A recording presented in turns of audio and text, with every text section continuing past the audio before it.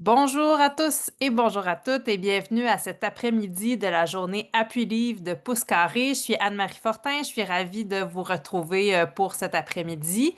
Je vais faire une petite introduction et ensuite je céderai la parole à Rose qui est avec nous pour la présentation de cet après-midi. C'est elle qui sera votre présentatrice, votre représentante cet après-midi. Donc, rapidement, Pouce Carré, on est une compagnie qui existe maintenant depuis 3 ans. On agit principalement comme représentante en littérature jeunesse, ce qui veut dire qu'on a, bon an, mal an, je dirais là, 20 à 25 maisons d'édition qui font appel à nos services pour qu'on présente leurs livres dans les milieux scolaires. On est habitué de travailler partout dans la communauté francophone, canadienne et les communautés d'immersion. Donc, on a une bonne connaissance là, des niveaux de lecture et des besoins dans les différents milieux. En plus de notre travail de représentante, on travaille aussi comme formatrice. Donc, dans les congrès, les événements, on est souvent là pour présenter des livres, vous permettre de découvrir des ouvrages. On travaille également comme animatrice auprès des jeunes. On fait souvent des animations auprès des enfants et on fait toutes tâches connexes, des projets qu'on aime, qui nous intéressent tant et aussi longtemps que c'est en lien avec la littérature jeunesse. Aujourd'hui, dans le cadre de la journée Appui Livre, l'idée, c'est de permettre à des personnes qui n'ont pas nécessairement le temps de réserver une journée dans leur année pour nous recevoir, d'assister à des présentations de livres. C'est pour ça qu'il y a la présentation en direct, mais aussi les rediffusions, ce qui permet à des gens qui se sont inscrits pour obtenir les liens de rediffusion d'avoir accès aux présentations de livres. Vous pouvez écouter ça sur la chaîne YouTube le dimanche matin en prenant votre petit café, si tel est votre désir. Donc, nous, en fait, on travaille comme ça à faire des présentations de livres. Puis ce qu'on fait avec vous aujourd'hui, vous pouvez aussi nous contacter pour qu'on fasse ça spécifiquement pour votre équipe. Donc, vous pouvez nous écrire, puis vous nous dites, ah, moi, j'ai une équipe d'enseignants à l'élémentaire. On aimerait avoir une présentation de livres, spécifiquement des albums. Et là, nous, on regarde parmi les maisons d'édition qu'on représente, quelles sont celles qui sont les plus pertinentes et on vous fait une présentation de livres personnalisés en lien avec les maisons d'édition qu'on représente, que ce soit en présence ou en virtuel. Peut-être qu'au cours des dernières semaines, vous avez été contacté par ma partenaire France et Bon, que je vais laisser dire un petit mot pour que tu apparaisses à l'écran. Bonjour France.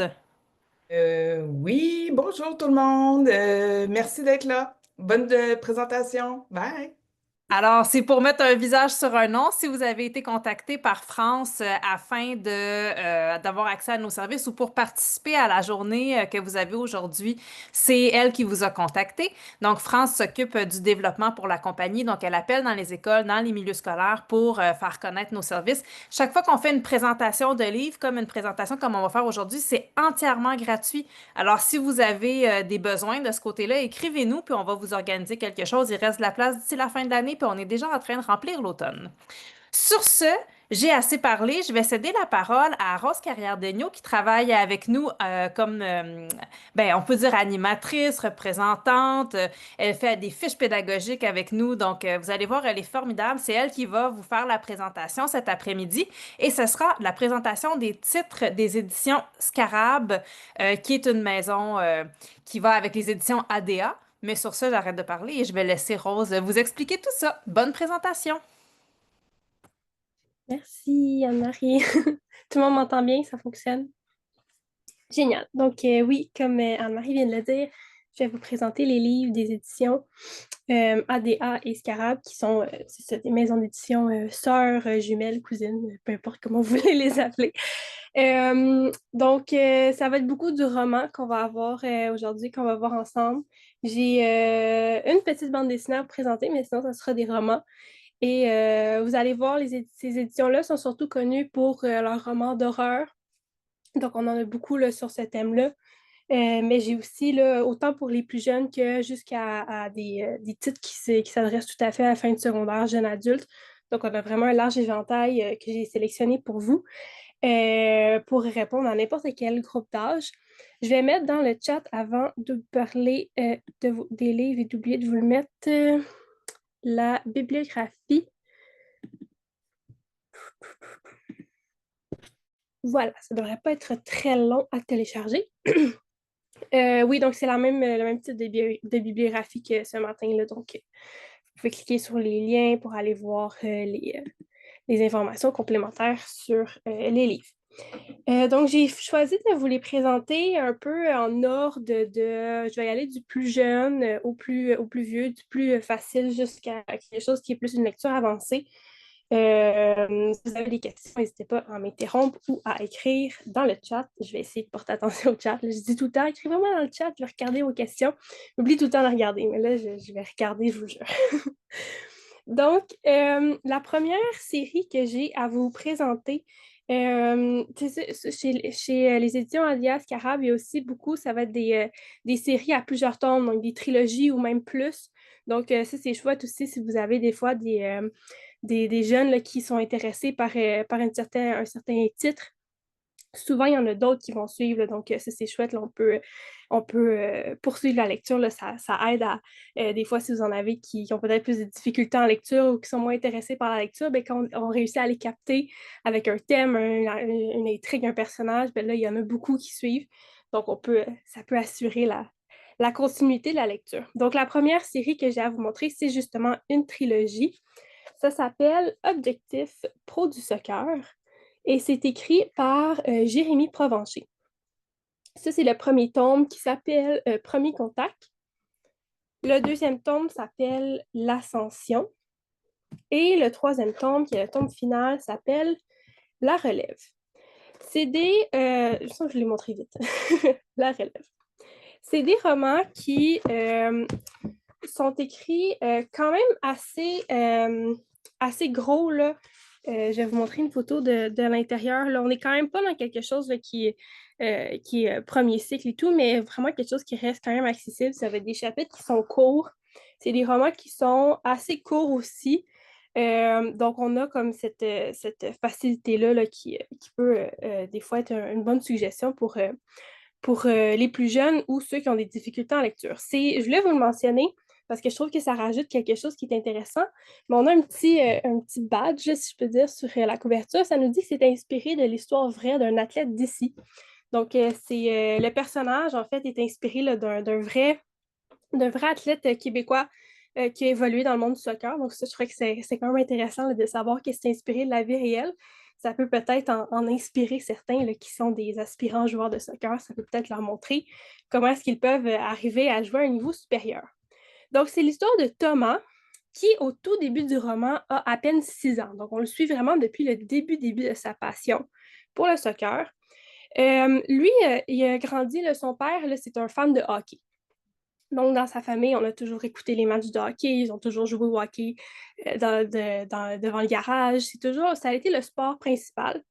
Et son père l'a même inscrit dans une équipe de hockey là, qui va intégrer là, au début là, de l'automne prochain. L'histoire commence pendant les vacances d'été.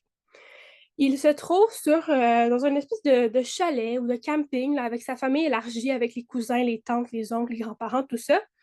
Et il y a un de ses cousins qui est un peu plus vieux et qui joue au soccer là, depuis déjà quelques années.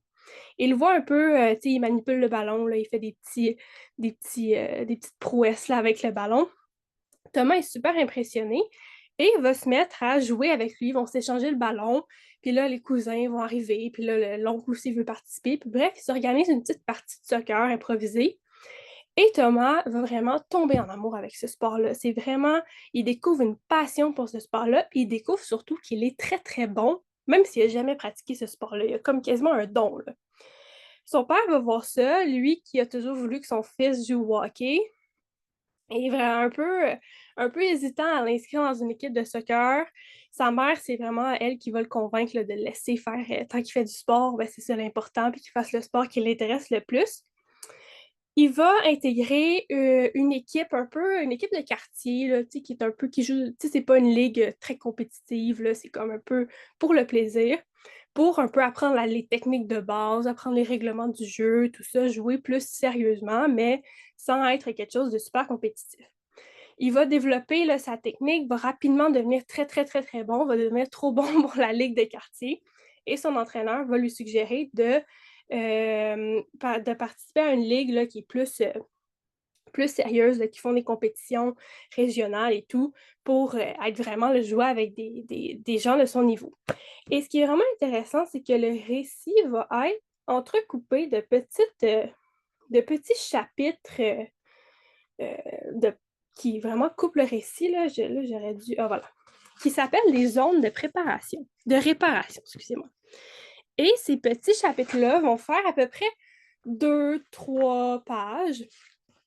Et on va nous raconter, nous expliquer, pardon, soit un règlement du soccer ou un type de jeu, ou on va nous montrer une technique qui est spécifique à un joueur très connu. On va nous l'expliquer et ensuite, on va avoir une petite liste d'astuces pour des trucs, pour être, mettons qu'on nous explique une technique, ben, on va nous donner des astuces pour se pratiquer, comment s'améliorer. Si on nous explique un règlement, on va nous expliquer, bon, à quel moment de la partie est-ce que ce règlement-là entre en compte. Donc, c'est vraiment des petits chapitres informatifs, théoriques un peu, mais pour nous montrer comment devenir un pro du soccer comme Thomas. Donc, je trouve que c'est bien parce que ça vient vraiment comme couper le récit. On peut prendre une pause, on regarde ça, on peut même laisser un ballon. Après ça, on peut aller se pratiquer à faire qu'est-ce qu'on vient d'apprendre, puis on retourne au récit. Je trouve que ça rend la lecture vraiment plus dynamique, concrète aussi. Puis les matchs de soccer de Thomas sont vraiment, vraiment très détaillés. On les explique vraiment en détail. On va nommer les jeux qu'il va faire, les feintes qu'ils vont faire. On va expliquer les positions des joueurs. Donc, si vous avez des passionnés de soccer, vraiment, ce livre-là, c'est pour eux. C'est vraiment en détail. Le thème central, il n'y a presque aucune scène qui ne se passe pas sur un terrain de soccer. C'est vraiment que de ça qu'on parle. Donc, si vous avez des passionnés, c'est vraiment, vraiment une série à leur suggérer. Et le premier tome se termine alors que Thomas a intégré la ligue, là, comme je vous disais, plus compétitive. Et il y a comment on appelle ça, un camp de sélection pour faire partie de la pré-académie. Ben là, c'est un livre là, qui date de 2023, donc on parlait encore de l'Impact de Montréal, là, mais pour faire partie d'une espèce de pré-académie pour les jeunes qui vont pouvoir intégrer pendant l'été et aspirer ensuite à faire partie de l'académie. Là, c'est les adolescents. Et là, peut-être dans le futur, faire partie vraiment de l'équipe de l'Impact. Le premier tome se termine sur Thomas qui est accepté à la pré-académie, donc va pouvoir passer, c'est comme un camp de jour pendant l'été, où est-ce qu'il va vraiment pouvoir être encadré par des professionnels et tout. Dans le deuxième tome, on va le suivre pendant son été à la pré-académie, et le deuxième tome va se finir sur une espèce de punch, si je veux dire, qui va malheureusement pas être sélectionné pour poursuivre à la vraie académie lorsqu'il va devenir adolescent. Donc, c'est là qu'il doit un peu se réorganiser, voir quelles sont ses options. Et dans le troisième tome, il va être recruté par une équipe en Floride et il va aller passer un été là-bas avec son père pour faire partie de ce camp-là pour espérer poursuivre ensuite sa carrière plus loin. Donc, c'est vraiment, vraiment un livre, une série, en fait, là, qui parle que de soccer et qui parle bien de soccer. Je suis convaincue que l'auteur était vraiment quelqu'un de passionné qui a joué beaucoup, beaucoup de ce sport-là là, dans ses temps libres. Surtout avec les petites interstices là, techniques et tout, je trouvais que ça ajoutait vraiment une petite touche intéressante. Donc, si vous avez des jeunes qui aiment le soccer, là, cette série-là, Objectif Pro du soccer, c'est vraiment, vraiment une recommandation que j'ai pour vous. Et il y a beaucoup, c'est ça, c'est de l'action là, constamment. Là, donc, on n'a pas oui, on a des longues scènes descriptives, mais on nous décrit des matchs des matchs de soccer. Donc, des fois, si je sais qu'il y en a qui ont besoin d'avoir beaucoup, beaucoup d'action pour garder l'intérêt, ça aussi, je pense que c'est vraiment parfait. Le prochain livre que j'ai à vous montrer, ben là, je me fais mentir, là, je vous dis, là, c'est des séries et tout. Là, celui que j'ai à vous montrer, c'est un tome unique, mais c'est le seul tome unique que j'ai là, de ma présentation. C'est un roman de Vincent Tremblay qui s'appelle Mon fort est plus fort que le tien. Là, je m'excuse, je vous ramène à l'hiver. On arrive enfin au printemps, à l'été, puis là, je vous ramène là, dans les cours d'école enneigées, mais c'est vraiment, vraiment un bon livre. Donc, je tenais absolument à vous en parler. C'est un tome unique, comme je disais, et on est dans à l'intérieur, là, ça ressemble vraiment là, à la première que je vous ai montrée. Là, on est dans une disposition là, qui ressemble beaucoup à la précédente. Et on a au tout début un tableau des équipes. Donc, on a toutes les équipes là, qu'on va rencontrer avec leur drapeau, comme ça ici, et leurs caractéristiques, quels personnages font partie de quelle équipe. Donc, si jamais on se perd là, au fil de la lecture, on peut s'y référer. Et on nous dit c'est qui les chefs des équipes et tout. Donc, ça aussi, c'est un outil là, qui peut être pertinent là, des fois si on a besoin de s'y référer en cours de lecture. Donc, c'est l'histoire de Samuel qui a 10 ans. Et lui, il est dyslexique. Il a quand même la difficulté à l'école, mais il reçoit beaucoup, beaucoup de support des adultes autour de lui, que ce soit ses parents, que ce soit ses enseignants. Il est vraiment bien encadré. Et sa source de motivation, si je peux dire, là, pour faire des efforts à l'école, pour continuer là, d'aller à l'école, c'est que pendant l'hiver, il y a la guerre des forts, qui est organisée pendant les récréations puis l'heure du dîner. On dit que le nom de l'école, c'est les Jeunes Pacifiques, et là, Samuel nous dit que c'est un très bon nom, sauf quand vient l'hiver. Quand il y a la première neige, là, ils ne sont plus des Jeunes Pacifiques, c'est la guerre. Et le directeur a même dû instaurer le traité de l'hiver qui encadre la guerre des forts pour pas que ça dégénère, puis pour que ça reste un jeu réglementé au lieu de carrément l'interdire là, pour pas que ça dégénère. Donc, c'est vraiment la grosse affaire dès que la première neige arrive. C'est vraiment cet événement-là qui prend place. Tous les élèves là, se divisent en certaines équipes et l'histoire commence c'est la semaine de relâche. Et juste avant la semaine de relâche, l'équipe des pirates, je vais me référer à mon tableau, je vous ai dit que c'est un bon outil pour se souvenir, les pirates du froid, dont la chef est Delphine, ont complètement gagné tous les forts des autres équipes. Là, vraiment, là, ils ont été super forts dans la dernière bataille et ils ont conquis tous les forts. C'est un peu comme devenus les rois là, des forts. Et là, la semaine de relâche commence. Donc, la situation là, est sur pause pendant une semaine. Sauf que Samuel, lui, il n'est pas dans l'équipe des Pirates Pirates du Froid, pardon. Lui, il est dans l'équipe. Je vais refaire encore à mon tableau. Des Chevaliers de l'Hiver. Et là, lui se dit, je vais en profiter, j'ai une semaine pour établir un plan. Il faut absolument qu'on reprenne possession de notre fort. Et c'est vraiment là, un système qui est organisé. Là. Il y a les chefs qui doivent prendre les décisions, qui doivent faire des plans de bataille. Il y a aussi le magasin des blocs de neige puis des munitions qui est comme géré par un élève là, qui vend des blocs de neige contre des bonbons. Là. C'est vraiment là, un système qui est bien organisé. Donc, Samuel va réfléchir à l'opération qu'il appelle l'opération Avengers. Puis lui, il se dit, on va faire comme les Avengers. On va se mettre tous ensemble contre les pirates du froid. Comme ça, eux, ils nous ont tous conquis nos forts, mais si on se met ensemble, on se met en équipe, on va être capable de les reprendre et de battre finalement les pirates du froid. Donc, ils vont revenir là, après la semaine de relâche là, à l'école et là, ça va vraiment être là, la bataille ultime, là, carrément. Et la seule chose qui arrive, c'est que les parents de Samuel ont vu là, à quel point là, il était pris là, par comment je peux dire, qui réfléchissait à ce plan-là. Et je viens de voir que Anne-Marie, elle a mis... Ah, il y a un tome 2!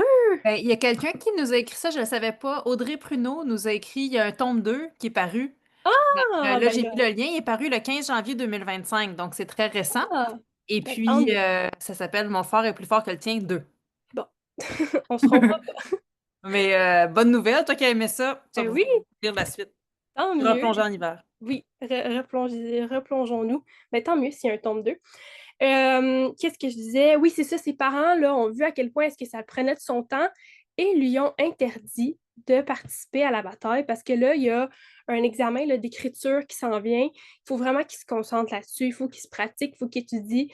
Et là, s'il participe à la bataille, là, il va trop être déconcentré, il ne va pas passer assez de temps, puis c'est sûr qu'il n'y aura pas une note qui est à la hauteur de ses capacités. Donc, le midi fatidique, si je veux dire, arrive. Tout le monde sort dehors, sait que c'est la bataille ultime. Lui, il reste dans la classe et il va pratiquer sa composition écrite. Sa professeure est là pour l'aider. Puis tous ses amis ont insisté et lui disaient « Ah, mais tu pourrais dire que tu as besoin d'aller aux toilettes, mais en fait, tu t'enfuis, puis tu viens participer avec nous. » Puis lui, il dit « Non, non, non, je veux faire ça en règle. Je sais que c'est important, mes notes et tout.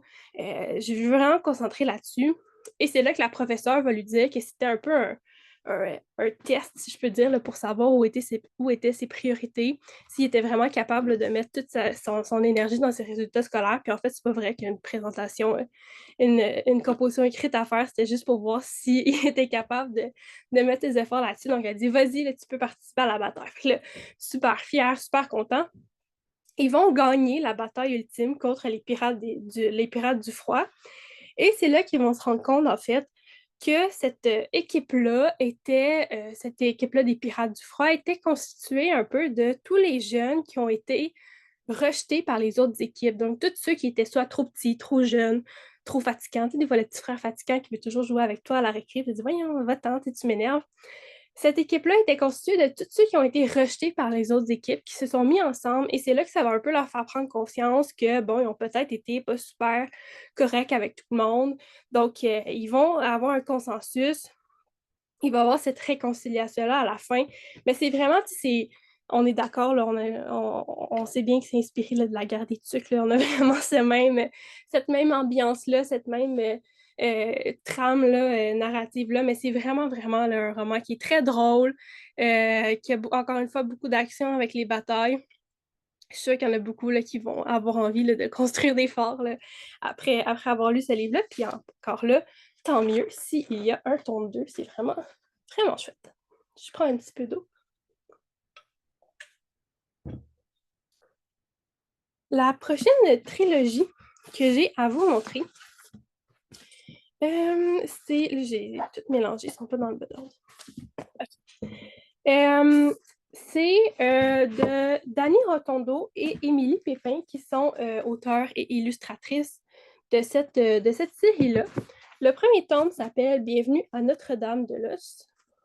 Le deuxième tome, c'est Bienvenue à Jivaros, mais avec le apostrophe os, là, comme un squelette. Et Bienvenue au musée d'El Pasos. Donc, c'est toujours des jeux de mots avec le mot os. Et c'est, encore une fois, là, l'intérieur est assez semblable aux deux séries précédentes que je vous ai montrées. Ils sont peut-être un peu plus courts en termes de nombre de pages, là, mais c'est vraiment là, adapté là, tout à fait au même âge. Puis j'ai même, tu sais, c'est des livres que il y a des images aussi à l'intérieur, j'ai oublié de vous mentionner, il y a quelques petites images. C'est des livres qu'à première, instinctivement, on proposerait peut-être vers la fin du primaire, mais c'est tout à fait des livres qui peuvent s'adresser à début du secondaire, premier cycle du secondaire, parce que, ben là, vous allez le voir, là, on est vraiment là, dans une thématique de l'horreur. Et c'est pas du tout. Tu sais, c'est des thèmes là, qui sont assez universels. Là, tu sais. Même moi, des fois, j'ai eu des petits frissons. Puis, tu sais, c'est vraiment là, des romans qui sont peut-être adaptés si vous avez des jeunes au premier cycle secondaire qui ont peut-être plus de difficultés en lecture, hein, quand on parle de high-low, qui ont besoin de quelque chose, une thématique qui leur convient, mais avec quelque chose qui est plus accessible. Ça, je pense que c'est vraiment une série qui répond à ces critères-là. Qui ne vont pas trouver trop bébé, mais qui va vraiment les accompagner dans la lecture avec quelque chose qui est plus espacé, une écriture plus grosse, des chapitres plus courts et tout. Donc, ça, c'est vraiment une bonne série pour si vous cherchez du high-low. Le premier tome, ben, je dis le premier tome, on peut vraiment les lire dans le désordre. Si je suis honnête avec vous, je les ai lus dans le désordre, puis c'est là que je me suis rendu compte qu'il y avait un ordre, puis que j'étais comme, ah, bon, ça, c'était le deuxième tome, j'ai commencé par le deuxième tome. Mais c'est des histoires qui sont indépendantes. C'est comme, en fait, c'est l'auteur et l'illustratrice qui se mettent en scène dans les livres, mais ils vivent vraiment des aventures là, qui sont, à la fin du roman, ça se clôt, il y a comme une conclusion. Et dans l'autre tome, on est complètement ailleurs, une autre intrigue. Donc, il y a quelques allusions au tome d'avant, mais tu sais, ça va vraiment être genre, on a eu, mettons, te souviens-tu, là, quand on était en Amazonie, par exemple, ça va être une référence au deuxième tome, mais vraiment juste comme ça, c'est vraiment pas nécessaire pour comprendre là, l'intrigue. Les personnages sont introduits là, à nouveau à chaque fois, là, donc on peut vraiment les lire dans n'importe quel ordre. Ça, je sais que c'est chouette des séries comme ça parce que des fois, là, les premiers tomes sont toujours empruntés dans les bibliothèques. Puis là, les jeunes veulent commencer les séries, mais là, c'est compliqué. Mais là, on peut vraiment là, les lire dans l'ordre et dans le désordre. Donc, c'est vraiment un petit plus. Dans le premier tome, Bienvenue à Notre-Dame de l'Os, on a justement, c'est ça, le personnage de Dan, là, qui fait référence à Danny Rotondo, l'auteur, et le personnage de Millie, qui fait référence à Émilie Pépin, l'illustratrice, qui sont eux aussi dans le roman, le auteur et illustratrice de romans pour la jeunesse. Ils viennent là de faire une tournée des écoles là, où est-ce qu'ils sont allés rencontrer les élèves, ont fait comme des activités avec les élèves, là, comme les auteurs, les illustratrices font là, régulièrement. Et ils sont allés, ils étaient comme un peu plus loin là, de leur maison, donc ils ont fait là, une espèce de petit voyage là, à travers ça. Et ils sont sur leur chemin du retour, ils retournent dans la maison. Sauf que là, il y a comme un orage. Ils sont dans des petites routes de campagne. Le GPS fonctionne plus ou moins. Il pleut, il y a du vent et tout. On ne voit pas grand-chose, c'est la nuit. Et là, ils décident de s'arrêter. C'est plus sécuritaire de continuer. Ils ne sont même pas sûrs d'être sur le bon chemin. Donc là, Emily va proposer, là, bon, on devrait s'arrêter, se trouver un petit motel, quelque chose comme ça, puis on reprendra la route là, quand ça sera plus sécuritaire. Mais là, ils arrivent à un petit village, mais qui a l'air un petit peu abandonné, fantomatique. Ils ne savent même pas s'il y a vraiment des établissements qui sont ouverts. Il va y avoir un vieux monsieur qui va les arrêter sur le bord du chemin. Ils vont leur demander est-ce qu'il y a un endroit où est-ce qu'on peut s'arrêter pour la nuit? Et là, le vieux monsieur, il parle pas, il fait juste grogner, puis il pointe la montagne au loin. Donc là, il se dit, bon, ben, il y a sûrement un hôtel à quelque part là-bas. Donc, ils suivent la montagne. Et quand ils arrivent, il y a un autre homme qui est là, qui est comme un peu devant une propriété, qui est un peu comme le gardien, là, qui se nomme Frucifère. Et déjà là, premier petit indice que je sais pas si je ferais confiance à un homme qui s'appelle Frucifère. Mais il leur dit, bon, ben moi, je fais la location de chalet, hein, j'ai comme un grand terrain avec une chalet. Je peux vous louer un chalet pour la nuit, puis vous viendrez me payer le lendemain matin, là, il se fait tard, là, vous êtes fatigué, là, on gérera ça demain matin. Donc, ils vont s'installer au chalet, puis bon, c'est un vieux chalet, ça grince, il y a des bruits, les portes se ferment toutes seules, mais bon, ils se disent, c'est un vieux chalet, puis ils sont tellement fatigués qu'ils veulent juste dormir. Ils se réveillent le lendemain matin, la pluie a cessé, belle journée ensoleillée, et ils vont rencontrer Frucifère avant de repartir pour régler le paiement du chalet. Sauf que là, Frucifère, il leur dit qu'il n'accepte pas les paiements en argent, il accepte seulement les paiements en cheveux. Il veut couper leurs cheveux, puis récolter leurs cheveux comme paiement pour le chalet. Et là, Dan et Emily, ils se disent, bon, ben, c'est un peu bizarre, mais en même temps, tu sais, une petite coupe de cheveux, qu'est-ce que tu veux que ça fasse? Bon, ils acceptent. Et Frucifère, ils sont comme dans sa petite cabane de gardien là, du domaine. Frucifère va aller porter, va couper là, des petits bouts de cheveux, va sortir dehors, aller les porter et il va embarrer Dan et Emily à l'intérieur de la petite cabane. Donc là, c'est vraiment, ils sont dans le trou. On se rend compte qu'il y a une trappe au sol et quand ils vont l'explorer, parce que là, ils sont embarrés, donc ils se disent, on ne peut pas rester ici, là, on va trouver une sortie. Ils sont assez téméraires, on va s'avouer. Moi, je ne sais pas si j'aurais rentré, si je serais rentrée dans une trappe comme ça, là, dans une cabane où est-ce qu'un monsieur qui s'appelle Frucifère vient de m'enfermer, mais bon. Vont entrer dans l'espèce de tunnel, puis c'est vraiment comme un labyrinthe souterrain. Il y a un chat qui va les surprendre là, dans un tournant, un chat noir, évidemment.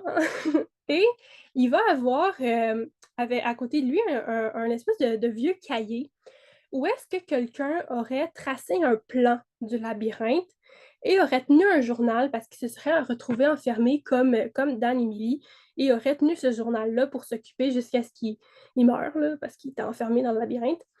Et il donne les trucs là, au potentiel prochain enfermé dans le labyrinthe pour qu'eux, ils puissent s'en sortir. Donc, il a dessiné un plan, puis il explique qu'il a réussi à fabriquer une clé passe-partout qui permettrait de sortir. Il explique où il l'a caché. Donc là, ils se disent, bon, voilà la solution. Millie va commencer à suivre le plan. Sauf que Dan, il va tomber dans un piège, puis il y a une cage qui va tomber du sol, puis qui va l'enfermer. Donc là, Millie doit continuer toute seule. Il faut savoir que Millie, elle est très téméraire. Dan, lui, est toujours peureux, mais il est très influençable. Donc, il suit toujours Millie. Mais là, il se retrouve tout seul, puis il commence à avoir très, très peur. Non seulement ça, mais alors Millie, là, elle est partie sur son chemin. Il va se retrouver encerclé par des rats. Et lui, les rats, c'est sa plus grande peur. Donc là, il est vraiment, vraiment capote. Et il va se souvenir que dans sa poche, il y avait des somnifères parce qu'il a de la misère à s'endormir. Donc, il va décider là, de donner des somnifères aux rats pour qu'ils s'endorment et qu'ils arrêtent de l'attaquer. Ça fonctionne. Donc là, attends que Millie revienne. On suit ensuite Millie qui réussit là, à trouver là, la clé passe-partout. Mais quand elle revient, Dan n'est plus là. Et elle se rend compte qu'il a laissé des petites roches comme le petit pousset là, sur son chemin. Donc, suit le chemin et elle tombe dans une grande pièce où Dan est ligoté et Frucifer se trouve là aussi. Donc, Dan a été comme re-kidnappé par Frucifer.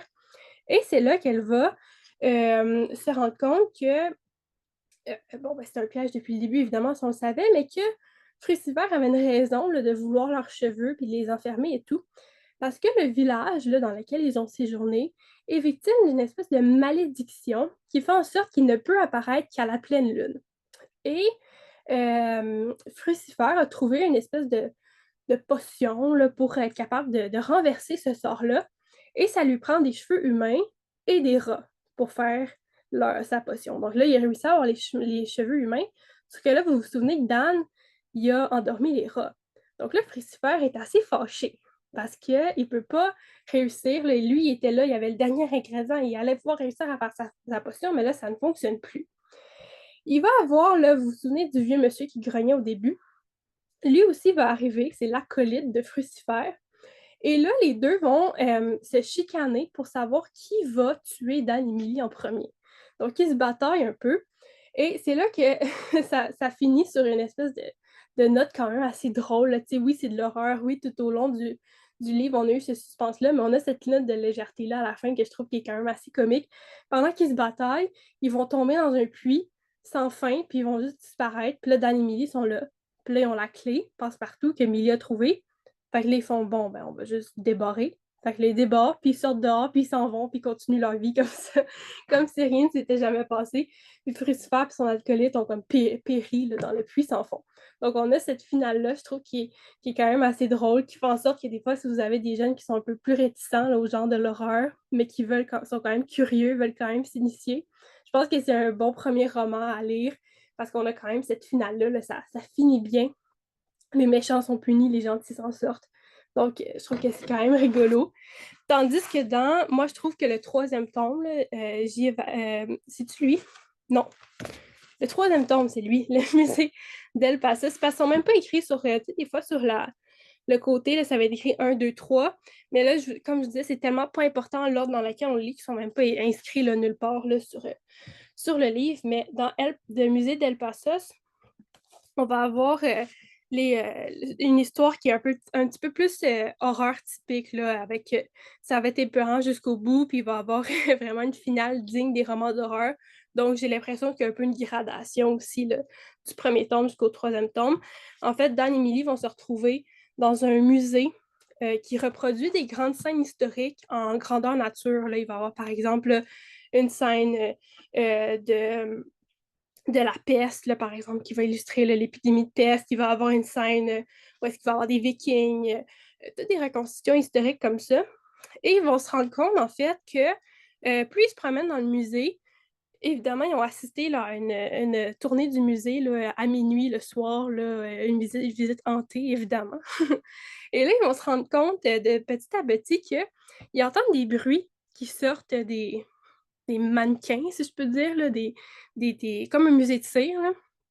Ils vont entendre des bruits qui sortent des mannequins, comme si soit ils étaient en train de parler, de fredonner quelque chose ou de respirer même. Et là, ils vont se rendre compte, en fait, en s'aventurant dans les sous-sols du musée, que le propriétaire, c'est une espèce de scientifique fou qui a créé une espèce de sérum paralysant qui empêche la vieillesse. Donc, il a pris des personnes réelles, leur a administré ce sérum-là, deviennent paralysés et ne vieillissent plus, donc ils peuvent être utilisés comme objets exposés dans un musée. Ils vont réussir là, à trouver un antidote et tout, et à faire punir là, ce monsieur-là, mais vraiment juste à la toute fin. Puis je trouve que l'ambiance dans celui-là est vraiment l'ambiance mystérieuse. On entend des voix, mais on n'est pas sûr. Est-ce que c'est juste notre imagination avec le scientifique fou? Je trouve que l'ambiance est vraiment réussie, l'ambiance inquiétante avec l'espèce de petit mystère. Là. Celui-là, c'était mon préféré des trois, celui-là. C'est vraiment l'ambiance est très réussie. Donc, comme je dis, si vous avez des jeunes qui veulent s'initier au genre de l'horreur, je pense que ça, c'est vraiment là, une bonne suggestion à leur donner. Puis pour compléter ce que tu dis, Rose, aussi, parce que tu as mentionné que ça pouvait être jusqu'au secondaire sans problème, le fait que ce soit des adultes, les personnages Ouais. principaux, ça vient renforcer aussi le fait qu'on peut les faire lire à des lecteurs plus vieux, même, je dirais, en francisation éventuellement. Là, si vous avez des adultes qui doivent apprendre la langue, ça peut être intéressant de ce côté-là aussi. Ouais, c'est vrai, c'est vrai. Tu sais, même, c'est ça, même moi, à la lecture, je me suis jamais sentie comme si les personnages étaient justement plus jeunes ou, tu sais, on peut s'identifier, là, peu importe à notre âge là, qu'on a. C'est vraiment des romans qui sont, c'est ça, universels, j'ai envie de dire. On peut vraiment tous les lire. Je vais continuer avec, je vous disais que j'avais un peu de BD à vous montrer, je vais y aller avec ça, puis après ça, je vais vraiment y aller dans quelque chose qui est, les autres séries que j'ai à vous montrer, ça va vraiment être plus fin de secondaire, jeune adulte quasiment, là. Donc, je vais finir avec mes trucs qui sont plus peut-être adaptés pour primaire, début du secondaire.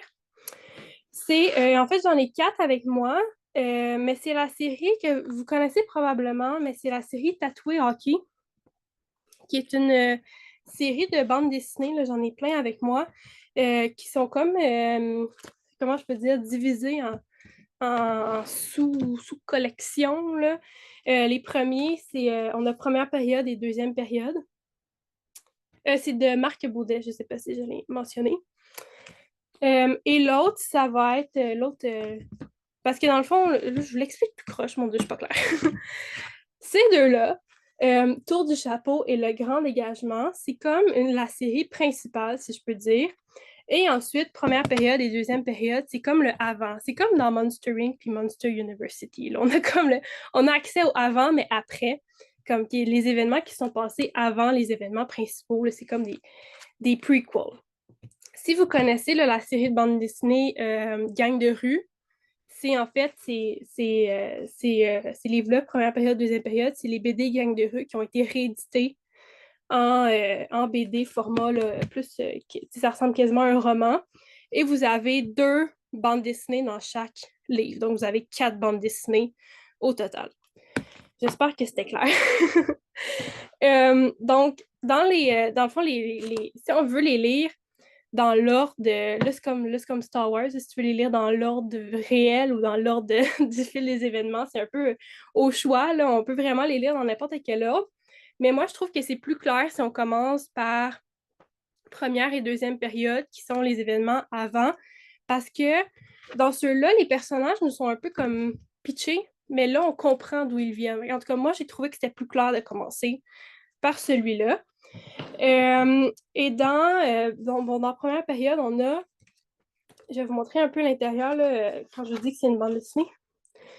Ça ressemble à ça à l'intérieur. Et vous avez, comme j'ai dit, l'équivalent de 2 bandes dessinées dans un petit recueil.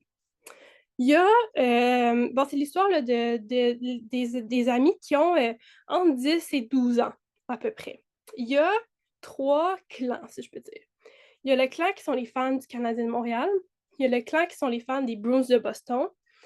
Et il y a, ça c'est comme un peu là, les originaux, là, si je peux dire, de l'histoire. Et il va y avoir des triplés qui vont déménager dans le quartier. Et les triplés sont des fans des Nordiques de Québec. Et là, ils vont vraiment s'intégrer là, dans la rivalité qui existe déjà. Eux, ils jouent là, du hockey de rue, là, qui s'installent là, avec leur but, là, qui tassent quand il y a des autos, puis ils jouent pour le plaisir. Ils sont vraiment pas, sont pas dans une ligue ou dans des équipes professionnelles. C'est vraiment, ils jouent au hockey pour le plaisir. Ils vont justement là, jouer contre l'un et l'autre. Et le maire de la ville va instaurer un nouveau règlement pour dire qu'ils ont plus le droit de jouer au hockey dans la rue. Là, évidemment, les jeunes sont comme complètement dévastés, hein, ils ne peuvent plus pratiquer leur sport. Ils vont vouloir là, lutter, si je peux dire, là, pour que le maire, au lieu là, qu'il puisse jouer dans la rue, construise une espèce de parc pour hockey sur balle, là, mettons, dans des installations comme ça, pour pouvoir compenser. Le maire ne veut rien savoir. Le maire, c'est vraiment le personnage, je vais vous le montrer, là. Mais le personnage du maire, c'est vraiment, tu sais, complètement, c'est le personnage nono qu'on ridiculise, je vais vous le montrer, là, il a toujours l'air un peu à pas trop savoir ce qu'il fait, là, c'est lui ici. Vraiment, là, c'est en veston cravate brun, là, vraiment le maire typique, là, puis ça va toujours finir, ouais, que les jeunes vont découvrir qu'il y a un petit peu de magouille dans ses affaires, puis ils vont réussir là, à passer là, par-dessus ces règlements. C'est très, très drôle. C'est vraiment dans l'humour. Comme je disais, ils jouent au hockey pour le plaisir. C'est rien de sérieux. C'est vraiment dans l'humour. On va aussi avoir beaucoup, beaucoup, un peu comme dans Pro du soccer, on va vraiment avoir beaucoup de personnalités connues du hockey. On va faire référence à des matchs célèbres. On va faire référence à des techniques, là, des jeux de hockey. Donc, on a vraiment, là, encore là, si vous avez des fans de hockey, des connaisseurs de hockey, ils vont vraiment pouvoir s'y retrouver là parce qu'on va parler vraiment, on va parler de Guy Lafleur, on va parler de l'émeute du Forum. Donc, tous ces événements historiques-là. Donc, il y a comme quasiment un côté un peu où on apprend des choses sur le hockey. Si on les connaît déjà, on va avoir la référence. Si on ne les connaît pas, ça nous permet de nous familiariser avec. Mais c'est vraiment, vraiment très précis là, comme univers du hockey. Il va aussi avoir, puis il y a surtout l'esprit d'équipe qui est important. Là, vous avez vu avec le règlement là, qui empêche le hockey dans la rue, c'est vraiment en se mettant ensemble qu'ils vont réussir là, à convaincre le maire de révoquer son règlement. Dans la deuxième histoire, en fait, là, encore là, c'est toujours le maire là, qui est comme le méchant. Il va vouloir construire une espèce de méga centre d'achat, cinéma, hôtel, tout le kit en même temps, là, une espèce de gigantesque édifice qui va en fait être construit sur un endroit où est-ce que l'hiver, c'est là qu'ils font la patinoire municipale. Donc, ça va un peu empêcher cette patinoire municipale-là d'être construite pendant l'hiver. Et ils vont, les jeunes, vraiment, c'est des jeunes qui sont débrouillards. Ils vont aller au conseil municipal pour faire valoir leurs points. Mais là, évidemment, c'est des jeunes de 10-12 ans qui vont là, fait que personne ne va les prendre au sérieux. Et ils vont rallier toute la communauté derrière leur cause. Ils vont rallier les bibliothécaires parce que le projet va empiéter sur le territoire de la bibliothèque. Ils vont rallier les personnes âgées parce qu'il y avait un projet de construire une résidence pour personnes âgées sur ce territoire-là qui a été abandonné. Ils vont tous ces gens-là, ils vont aussi, avec des gens là, qui étaient supposés construire un HLM sur cet endroit-là. Donc, les gens qui étaient pour ce projet-là aussi vont se rallier à leur cause. Donc, il y a vraiment l'esprit de communauté qui est en fait initié par un groupe de jeunes hein, qui vont avoir les adultes derrière eux qui vont les appuyer. Ils vont réussir à modifier là, le projet du maire, là, puis ils vont construire une vraie patinoire, une vraie bibliothèque, une vraie résidence pour personnes âgées, etc., etc. Donc, c'est vraiment des histoires, c'est ça, drôle, mais où est-ce que les jeunes sont débrouillards, militent vraiment pour leur passion et tout, tout en restant là, vraiment très... C'est une lecture légère, c'est une lecture drôle, qui se lit bien, là, si vous en avez qui aiment le hockey, qui aiment les BD et tout, je pense que c'est une bonne suggestion. Et pour ces deux, les autres livres qui sont à côté, on a vraiment les mêmes personnages, mais là, ça va être une seule histoire par livre, qui est un peu plus longue. Et par exemple, dans Tour du Chapeau, ils vont se retrouver à Toronto pour un tournoi de deck hockey. Et ça va être, tu sais, ils vont, ben là, ça date un peu, là, ils vont rencontrer Guy Lafleur.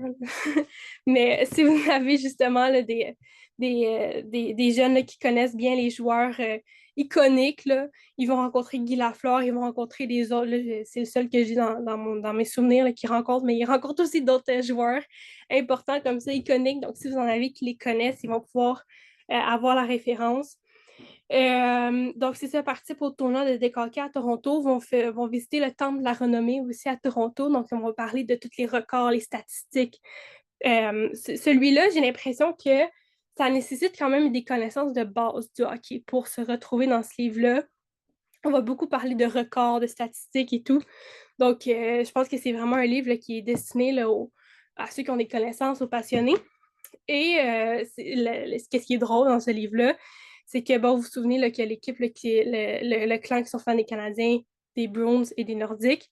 Évidemment, leur ennemi commun, si je peux dire, c'est les Maple Leafs de Toronto.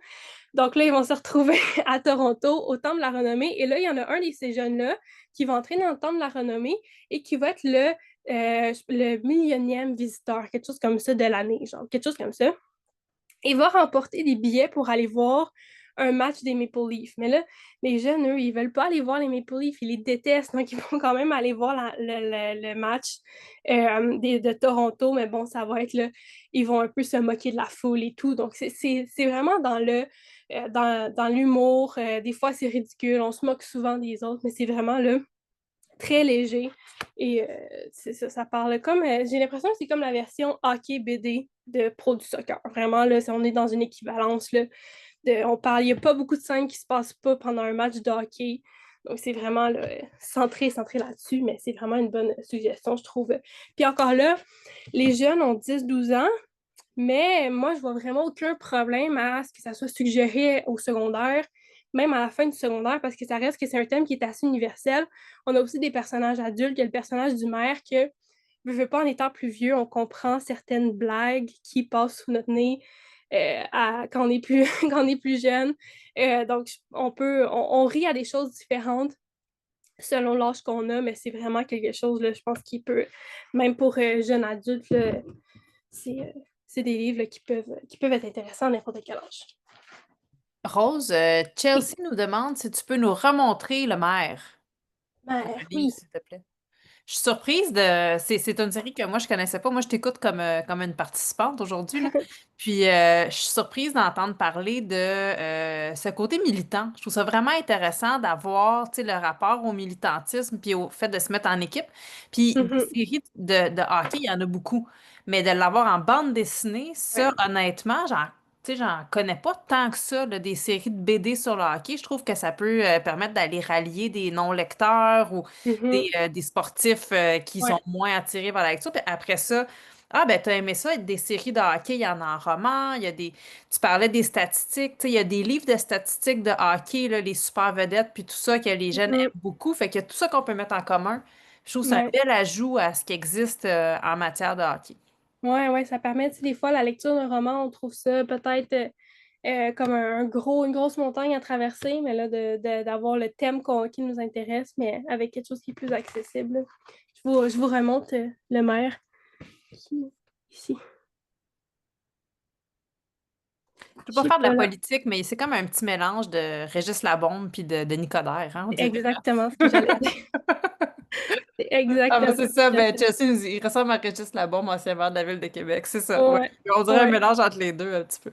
Ouais, je pense que c'est voulu. Puis c'est pour ça que je disais, tu sais, quand on est plus vieux, on comprend des blagues qui nous passent sous le nez, tu sais. Quand, tu sais, moi, je le lisais, puis tout ce que le maire, il dit, tu sais, ça nous fait penser à des événements de l'actualité, puis tout. Donc, même pour les plus vieux, même pour nous, il y a certaines subtilités, là, qu'on voit pas quand on lit à 10-12 ans, mais qui restent quand même que c'est drôle à un autre niveau quand on est plus vieux. Même pour les ados, là, qui sont justement plus vieux, puis qui sont sûrement plus au courant de l'actualité et tout. Je pense que ça peut les faire sourire aussi. Là, je m'en vais vraiment, vraiment dans un autre registre. On s'en va vraiment dans une série d'horreur 100%. C'est une collection, en fait. C'est la collection Survivras-tu? Celui que j'ai entre les mains, c'est Survivras-tu à la nuit de l'horreur, qui est écrit par Mathieu Fortin. On a Survivras-tu aux ombres du souterrain par Sylvain Johnson et Survivras-tu au massacre à la citadelle de Dominique Bellavance. Donc, quand je vous dis l'horreur, là, c'est de l'horreur. C'est écrit 13 ans et plus sur les couvertures de toutes les tombes. C'est vraiment des livres là, que je suggérais au secondaire là, parce que c'est vraiment après ça, l'horreur, c'est subjectif, mais il y a de la violence, il y a du sang, puis il y a des. C'est de l'horreur, là. Bref, là, vous allez être servi. Et qu'est-ce qui est le fun avec cette collection-là? C'est que les livres, là, premièrement, sont complètement indépendants. Là, c'est des personnages différents, des intrigues différentes. Ça va être des types d'horreurs différents aussi. Donc, vous pouvez lire dans l'ordre et dans le désordre. Vous n'êtes pas obligé de toutes les lire. Si vous avez envie, là, s'il y a un certain type d'horreur qui vous intéresse, vous pouvez aller juste vers eux. Donc, c'est vraiment complètement indépendant. Mais surtout, moi, ce que j'aime, c'est que c'est écrit par des auteurs qui sont tous différents, comme vous l'avez vu. Je trouve que ça fait en sorte que ça permet de découvrir différentes plumes. Hein. Si on lit, par exemple, celui-là de Mathieu Fortin, puis on se dit « Ah, c'est vraiment mon type d'horreur que j'aime lire, j'aime ça. » Après ça, on va voir qu'est-ce qu'il y a écrit d'autre. Souvent, c'est des auteurs qui sont connus dans cette maison d'édition-là, donc qui ont participé à d'autres collections ou qui ont leur propre série. Donc après ça, on peut aller découvrir qu'est-ce qu'ils ont écrit d'autre. Ça permet d'élargir là, nos connaissances. Ça permet justement de voir, ah, OK, cet auteur-là, par exemple, je sais pas, aller voir la collection. OK, ça, c'est des auteurs qu'on sait qui écrivent de l'horreur, donc si on aime l'horreur, on va fouiller leur nom et tout. Je trouve vraiment que c'est une bonne manière là, d'élargir nos connaissances, d'élargir aussi les auteurs qu'on connaît, les auteurs qu'on aime par cette collection-là. Donc ça, c'est vraiment quelque chose que je trouve qui est intéressant. Et la collection Survivras-tu, ce sont... c'est pas à proprement parler des romans dont vous êtes le héros. Là. On n'a pas des choix à faire à chaque 5 pages, mais on est quand même impliqué en tant que lecteur. Il y a 2 moments où on doit faire un choix et ces 2 moments-là se déclinent en 2 autres choix. Donc, il y a 2 moments où est-ce qu'on doit faire un choix qui vraiment vont modifier notre lecture. Donc, ça aussi, c'est vraiment le fun parce qu'on peut bon, moi, je ne vous mentirai pas, j'ai triché, là, j'ai lu là, toutes les avenues parce que je voulais vous en parler comme il faut, mais ça permet d'avoir un certain contrôle sur le livre, justement, encore là, selon notre niveau de tolérance à l'horreur. Là, je ne vous mentirai pas, si je lisais pour le plaisir, j'aurais probablement choisi l'avenue la plus facile parce que moi, l'horreur, c'est pas trop mon... Je suis quand même assez peureuse, mais si au contraire, on va avoir l'expérience là, complète, on peut faire des choix qui sont... On sait que ça va mal finir, puis on va vraiment pouvoir orienter notre lecture de cette manière-là. Je trouve que ça nous garde aussi attentifs. Hein, on retrace les indices, puis on se dit, OK, moi, je pense que si je prends cette avenue-là, il va arriver telle affaire, OK, je vais aller voir. On peut aussi, après ça, revenir en arrière si on n'est pas satisfait, puis prendre un autre choix. Là, il y a plein de manières de lire ces livres-là. Je trouve que ça implique vraiment les lecteurs dans la lecture. Ça fait en sorte qu'on est attentif à tout, on est moins peut-être dans la lecture passive, puis après ça, on a vraiment, OK, on s'adresse à moi, il faut que je fasse quelque chose. Si vous en avez qui ont de la difficulté à se concentrer pour un roman au complet, mais je pense que ça peut être une bonne suggestion. Et je vais vous montrer à l'intérieur, là, on est vraiment plus là, dans un roman là, classique, si je peux dire, là, presque dans quelque chose qui ressemble à un roman pour adultes, là, je pourrais dire. C'est des romans qui sont quand même assez longs.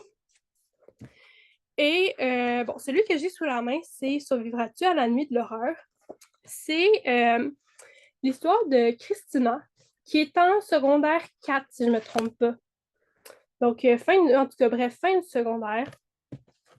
On a une espèce de prologue inquiétant où on nous raconte l'histoire de Charles, qui était un étudiant à la maîtrise en finance, qui avait participé à un jeu d'immersion et on ne nous dit pas qu'est-ce qui s'est passé, on nous dit juste que ça l'a dégénéré et qu'il est décédé, malheureusement, dans ce jeu d'immersion-là.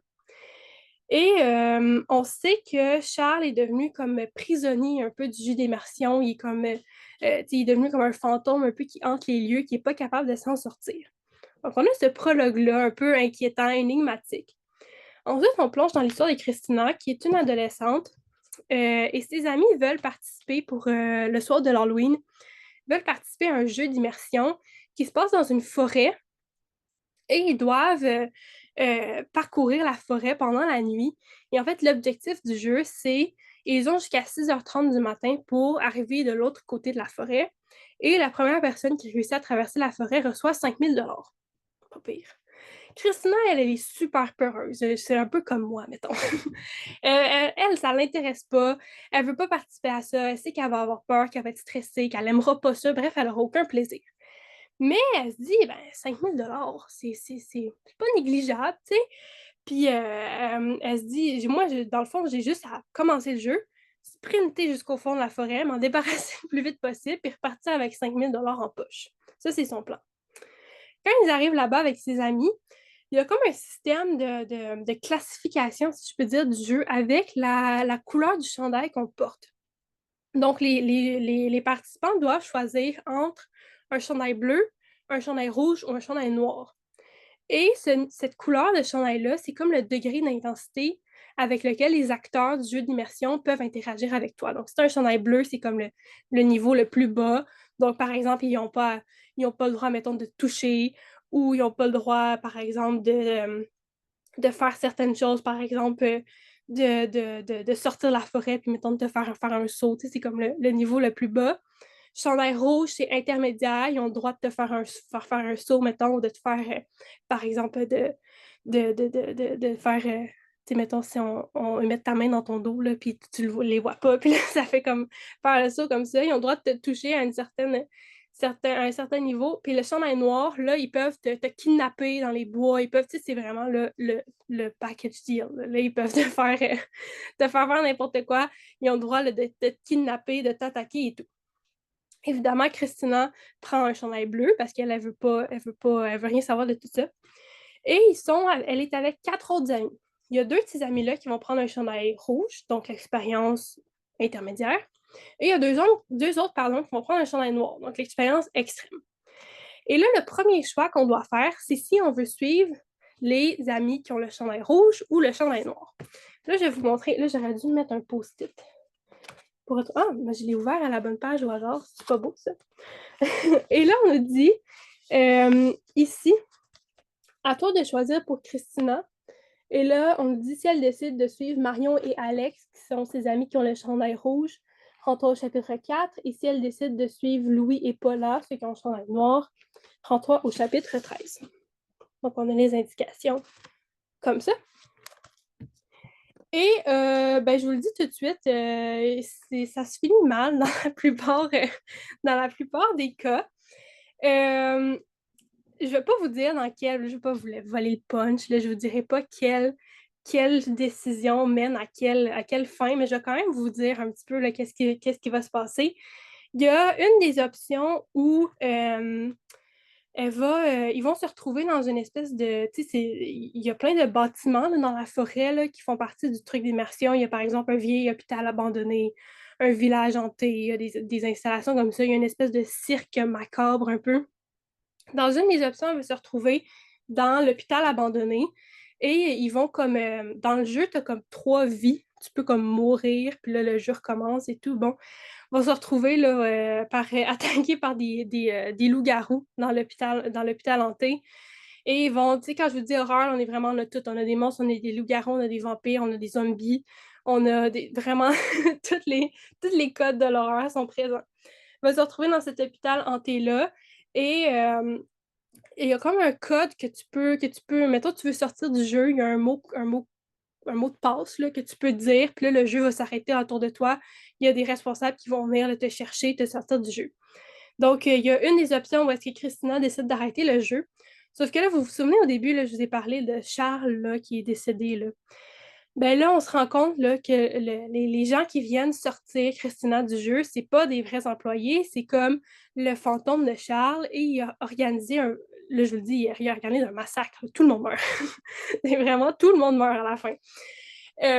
Dans la forêt, il y a une autre des options où il va y avoir dans le cirque, l'espèce de cirque macabre, là, il va y avoir un spectacle de tigre, puis là, il y a comme un dysfonctionnement du système là, de la cage du tigre qui fait en sorte que la cage s'ouvre. Là, le tigre va être relâché en liberté et va manger la plupart des participants. En bref, il y a une seule option où est-ce que tout est bien, finit bien, et Christina récupère les 5 000 $. Donc, à vous de trouver la bonne option. Mais c'est vraiment, vraiment, si vous voulez de l'horreur, là, vous allez être servi. Là. C'est vraiment... Surtout que c'est nous qui décident le destin de Christina. Donc, je trouve que ça ajoute une certaine touche d'horreur supplémentaire où est-ce on est comme un peu responsable de ce qui va se passer. Puis, je trouve que c'est intéressant aussi, après ça, quand on a fini notre aventure, d'aller voir quelles étaient les autres options. En tout cas, moi, je suis très curieuse, là, donc c'est sûr que je ne serais pas capable de juste faire mes livres. OK, je ne sais pas c'est quoi les autres alternatives. Je ne serais pas trop curieuse. Mais c'est vraiment, c'est de l'horreur, vous allez être servi, vraiment. C'est excellent pour les amateurs d'horreur. L'autre série que j'ai à vous montrer, qui est un peu sur le même... je vois qu'il se passe des affaires dans le chat. Ben, en fait, il y avait Mélina qui disait que au village québécois d'Entente Drummondville, il y avait comme ça une immersion avec des couleurs de chandail. Puis comme l'hôtel Ah, du centre du Québec, effectivement, peut-être qu'il s'est inspiré de ça. Puis d'ailleurs, j'en ah ben profitais c'est pour bon. dire que Mathieu Fortin, pour les rencontres scolaires, là, il va être vraiment intéressant. Ça vaut la peine de voir ce qu'il offre. Puis Marie-François nous dit que SQTD, qui donne là, des informations sur l'âge recommandé, entre autres, dit que, il s'agit d'un roman d'horreur inspiré d'un jeu d'immersion réel destiné aux 16 ans et plus. Pour le roman de Mathieu Fortin, on classe 12-17, mais c'est plutôt 14-15 ans. Mais effectivement, c'est quand même un niveau assez... tu sais, ce que tu nous décrivais, là. Ouais. Ouais, C'est c'est assez relevé. c'est sanglant. C'est ça. Ben, tant mieux, c'est le fun de savoir des fois que c'est inspiré des lieux réels. Moi, je trouve que ça rajoute, surtout si c'est des romans d'horreur, là, ça rajoute une dimension de ah, on pourrait vivre ça pour vrai, puis c'est cool. La prochaine série que j'ai à vous montrer, ben, la prochaine collection, là, c'est encore un peu un espèce de twist du roman dont vous êtes le héros pour les plus vieux. Là, j'en ai énormément sous la main, là, mais c'est la collection des livres dont tu es l'enquêteur. Mon Dieu, celui-là que j'ai sur la main, c'est une belle phrase, ça. Celui que j'ai sur la main, c'est Mystère sous les cendres. Ceux-là aussi sont indiqués là, à partir de 13 ans sur les pages. C'est vraiment bon livre dont tu es l'enquêteur, là, vous l'aurez deviné avec le titre, mais il y a de l'horreur, oui, par exemple, à la survivras-tu là, au machin de la forêt. Mais il y en a aussi que c'est vraiment des enquêtes policières. Puis ça fait en sorte qu'il y a vraiment plein de sujets différents qui font en sorte que dans la collection, où est-ce qu'il y a beaucoup de titres, là, je les ai tous mis dans la bibliographie si vous voulez aller voir. Ça fait en sorte que selon si on a envie de lire un livre d'horreur, si on a envie de plus vivre quelque chose qui est plus centré sur l'enquête, on a vraiment plein de choix. Tu sais, par exemple, sur la main, j'en ai un avec des zombies. C'est ça qui nous intéresse. J'en ai aussi avec carrément là, des loups-garous. Il y en a avec des plus euh, true crime, là, si je peux dire. Là. Par exemple, celui que j'ai, Mystère sous les cendres, là, c'est une enquête pas une enquête, pardon, une usine de pâte et papier qui passe au feu, puis il faut découvrir là, qu'est-ce qui est arrivé. Donc là, on est vraiment dans l'enquête policière, il n'y a pas d'horreur en tant que telle. Moi, c'est lui que j'ai préféré, honnêtement. Là. Je pense que les romans d'enquête, le policier, j'aime beaucoup ça. Puis là, en plus, que là, c'est toi l'enquêteur. Je trouve que moi, j'ai vraiment aimé l'interaction qu'il y avait avec le livre. Puis ça donne aussi, si vous voulez de l'horreur, ben là, vous allez être servi, mais si vous voulez un petit break dans la collection, je trouve que celui-là, c'est bien. Puis encore une fois, comme l'autre, c'est plein d'auteurs différents, donc ça nous permet encore une fois de découvrir des plumes qui publient différents tomes différents livres, pardon, chez les éditions ADA. Donc, ça nous permet, là, encore là, de vraiment choisir, là, c'est des histoires qui sont indépendantes. C'est comme un peu un menu de restaurant, puis tu choisis qu'est-ce que tu veux. Est-ce que tu as envie de lire de l'horreur? Est-ce que tu as envie de lire des monstres? Plus policier, donc je trouve que c'est vraiment chouette. Donc, je vais vous montrer l'intérieur. Je ne sais pas si vous connaissez chez les éditions Les Malins la série Coupable, mais c'est vraiment le même concept de, bon, on n'a pas c'est pas une histoire là, avec une narration début, milieu, fin. C'est vraiment un dossier d'enquête qui nous est présenté. Et nous, à la fin, on doit remettre tout ça dans l'ordre et trouver qui est le coupable. Mais là, on est vraiment dans quelque chose qui est pour les plus vieux que la série Coupable. On est vraiment dans quelque chose qui est plus complexe. Des fois, si vous en avez qui ont aimé la série et qui sont rendus à un niveau de lecture plus élevé ou qui veulent avoir un défi supplémentaire, ça, c'est une bonne suggestion. Je vais vous montrer à l'intérieur, juste pour vous montrer à quel point c'est détaillé. On a une table des matières qui fait 5 pages. Donc, on a la table des matières au début qui est vraiment extrêmement détaillée. Et on va nous montrer plein de preuves ou d'éléments d'enquête qui vont nous être montrés comme ça. Par exemple, on a une description des lieux. Je vous montre l'intérieur aussi parce que j'ai trouvé que c'était écrit quand même assez petit, donc c'est bon à savoir là, quand même. On a ensuite, puis je trouve que c'est chouette parce qu'on a aussi le visuel des chemises comme ça avec les comment on dit ça, les indicateurs là, qui changent de place à chaque tombe. Donc, si vous voyez, on descend, c'est vraiment le truc réel, je trouve, qui est intéressant. On a le rapport d'incendie, on a un plan de l'usine, on a la présentation des suspects. Je vais vous montrer là, des fiches. C'est vraiment, là, quand je vous dis que c'est détaillé, là, c'est vraiment, l'effet de réel est vraiment là. Moi, j'ai vraiment aimé ça, là, me fier aux petits détails, puis essayer de me souvenir et tout. Puis qu'est-ce qui est intéressant aussi, c'est qu'on va avoir, par-ci, par-là, on va avoir comme s'il y avait des post-it qui avaient été apposés dans le livre, et on va nous dire, on va nous référer à d'autres parties du livre qui vont être en rapport avec qu'est-ce qu'on lit. Par exemple, ici, on a le deuxième suspect, qui est Robert Drouin. Et là, on a les petits post-it dans le bas et qui nous disent voir aussi un article de journal à la page 27, un extrait du rapport financier à la page 51, un interrogatoire à la page 104, un autre interrogatoire à la page 117. Donc, ça nous permet d'aller voir qu'est-ce qui est en lien avec, par exemple, si on nous dit, si on pense que ce suspect-là est le coupable, ben là, ça nous renvoie à d'autres éléments où est-ce qu'il est présent pour aller infirmer ou confirmer notre théorie.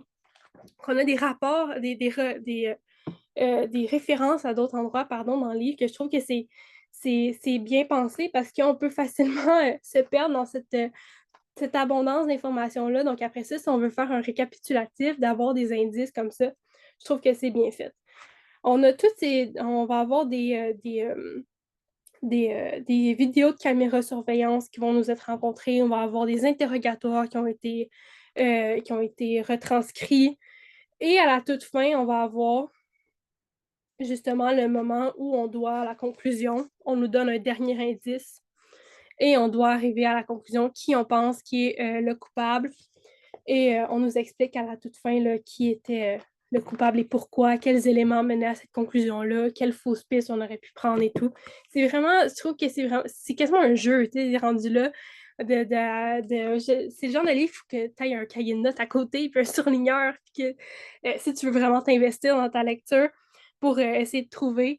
C'est pas pour me vanter, mais moi, j'ai réussi à trouver c'était qui le vrai coupable. Ouais, donc c'est vraiment des bons livres. Moi, j'ai eu beaucoup, beaucoup de plaisir là, à les lire puis à m'investir là-dedans. Encore là, si vous avez des jeunes qui sont un peu découragés par la lecture de gros romans, mon Dieu, c'est normalement intimidant, j'ai mis les livres là, puis il y a juste le gros zombie qui nous regarde comme ça.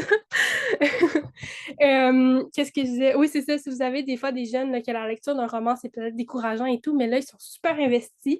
C'est pas proprement parler un roman, on ne nous raconte pas une histoire, on nous expose vraiment des faits d'enquête. Si vous en avez qui sont intéressés par justement les enquêtes et tout, ça peut leur donner un jeu de rôle quasiment où est-ce qu'ils peuvent vraiment s'immerser là, dans l'univers de devenir un enquêteur. Je vais prendre une dernière minute qui me reste pour vous présenter une collection vraiment, vraiment géniale qui s'appelle Les légendes terrifiantes d'ici. Et c'est une collection, j'en ai beaucoup, beaucoup sous la main. Là. Comme vous pouvez le voir, là, j'en ai 1, 2, 3, 4, j'en ai 7 sous la main. Je vous en ai mis beaucoup dans la bibliographie. Là. Je vous suggère fortement d'aller voir. Et la collection Les légendes terrifiantes d'ici, dans le fond, le concept, c'est que, encore une fois, c'est plein de livres qui sont indépendants les uns des autres, qui ont été écrits par différents auteurs. On va prendre une légende québécoise qui se passe dans une région du Québec et on va en faire une réécriture moderne, une réécriture actuelle, pardon, où on va reprendre les codes de la légende et on va les mettre là, dans une situation de la vie de tous les jours là, de notre époque. On a des niveaux d'horreur. Ils sont classés selon le nombre de têtes de mort. Donc ici, j'en ai qui ont une tête de mort.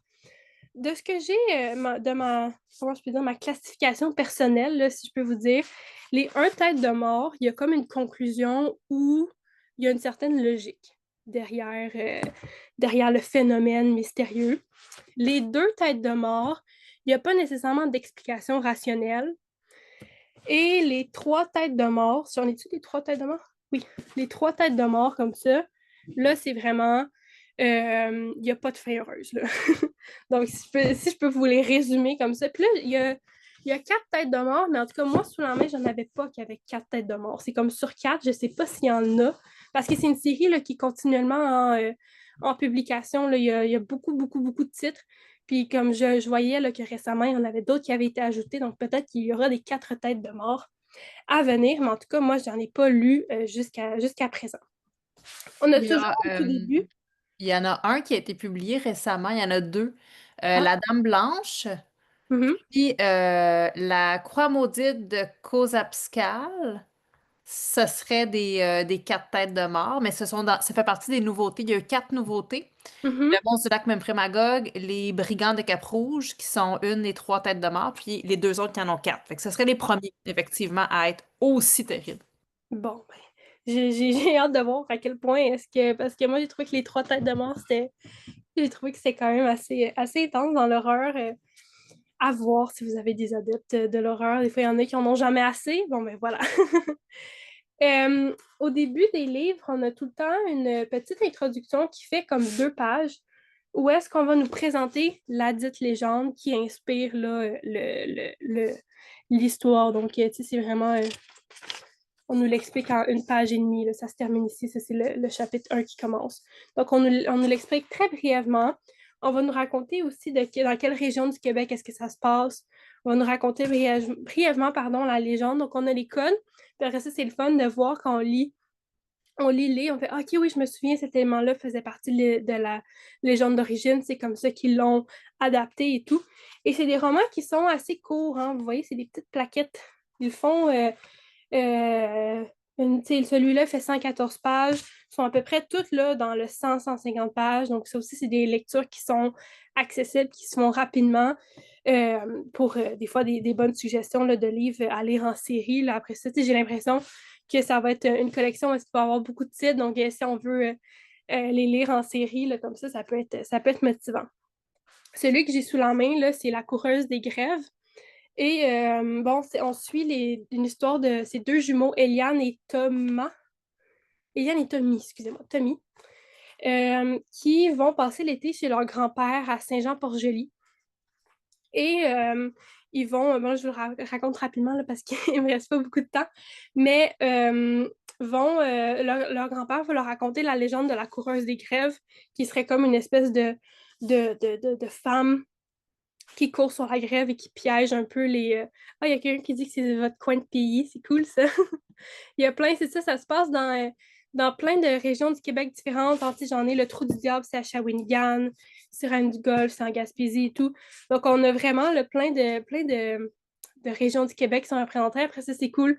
Vous pouvez, mettons, sélectionner celui qui est dans votre région, le mettre de l'avant, les histoires d'ici.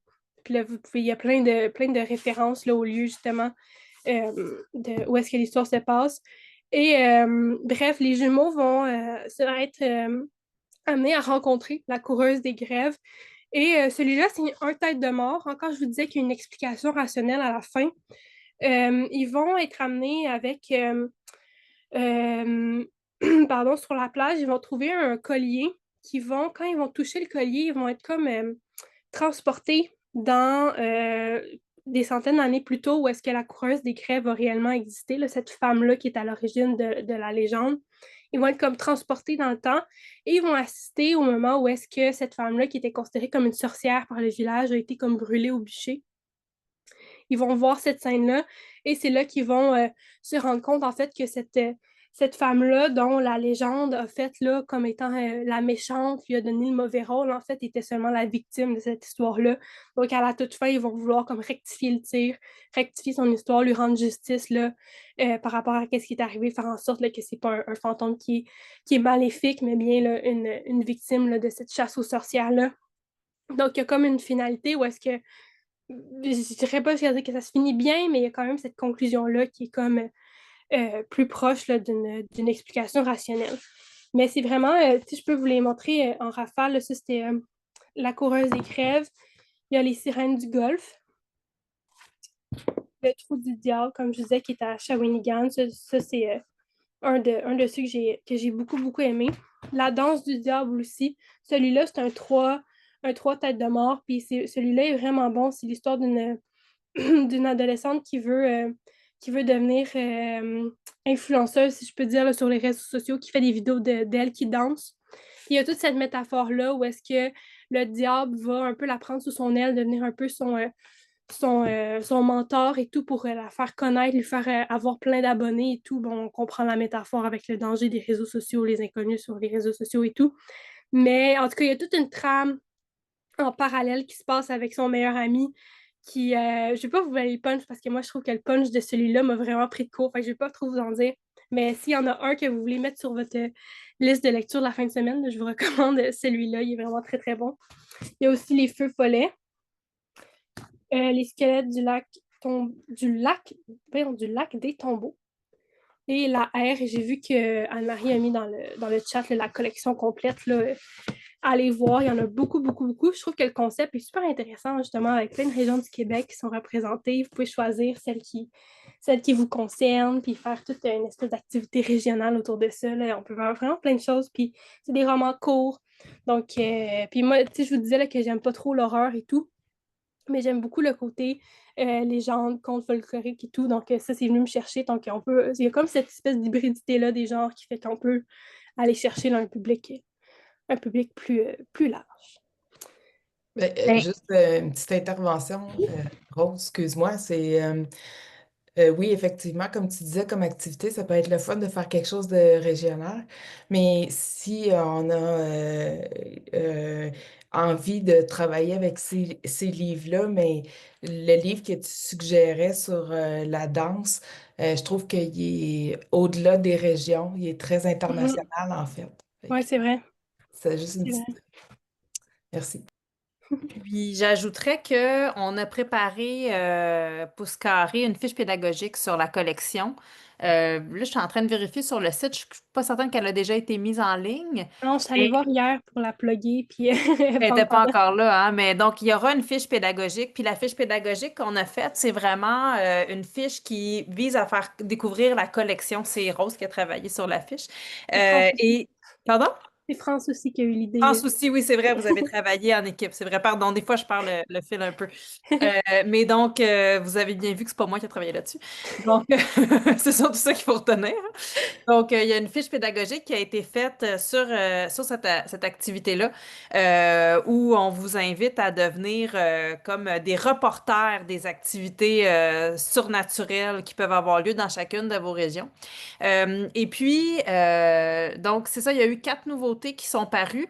Je ne suis pas certaine si tu l'as mentionné, Rose, parce que là, quand mon attention a été captée par la croix maudite de Cosapscal, là, 4 têtes, puis là, je voulais voir c'était quoi la différence avec les 4 têtes de mort.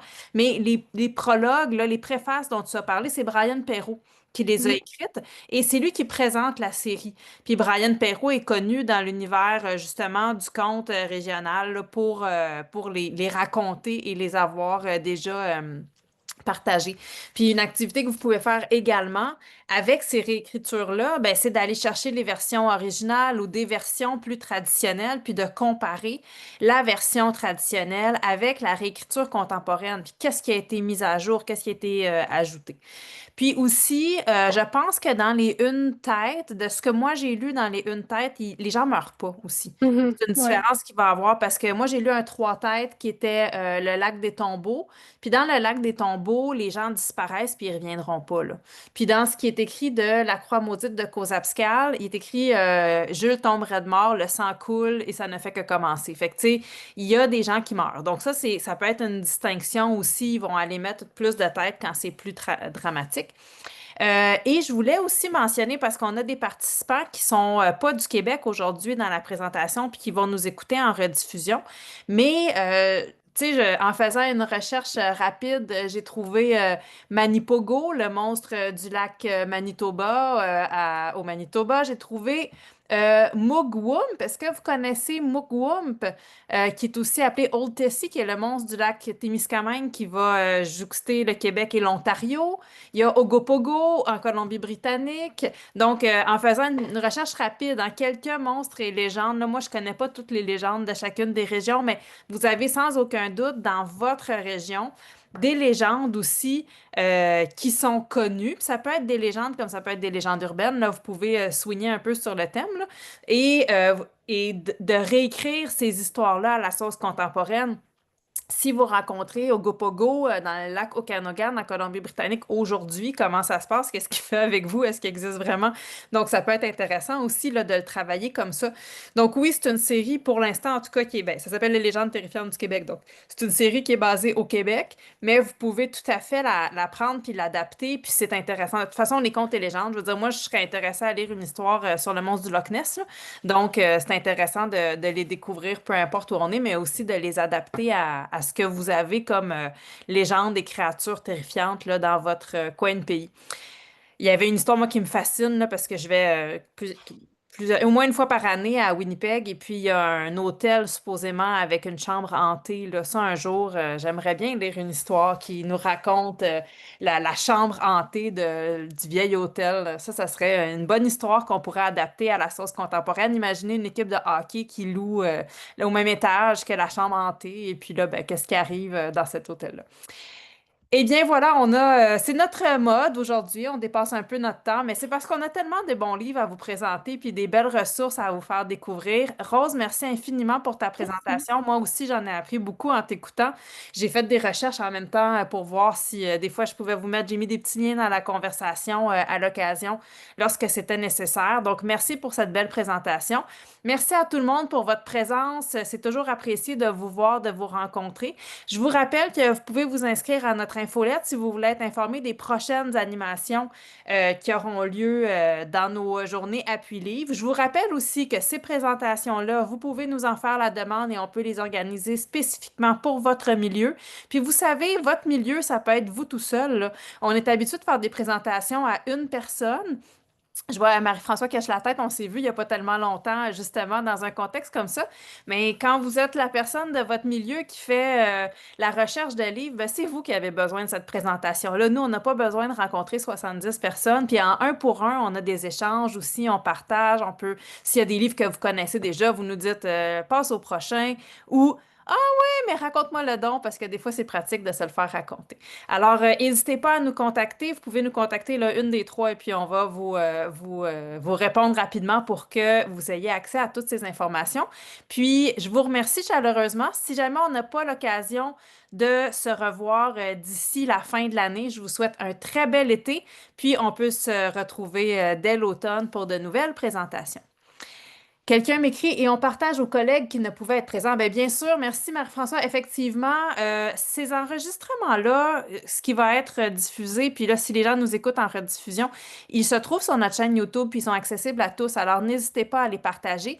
Puis aussi, les sélections de livres. Vous savez, les maisons d'édition avec lesquelles on travaille, elles veulent que leurs livres soient connus, diffusés. C'est leur plus cher souhait. Alors, n'hésitez pas à le diffuser.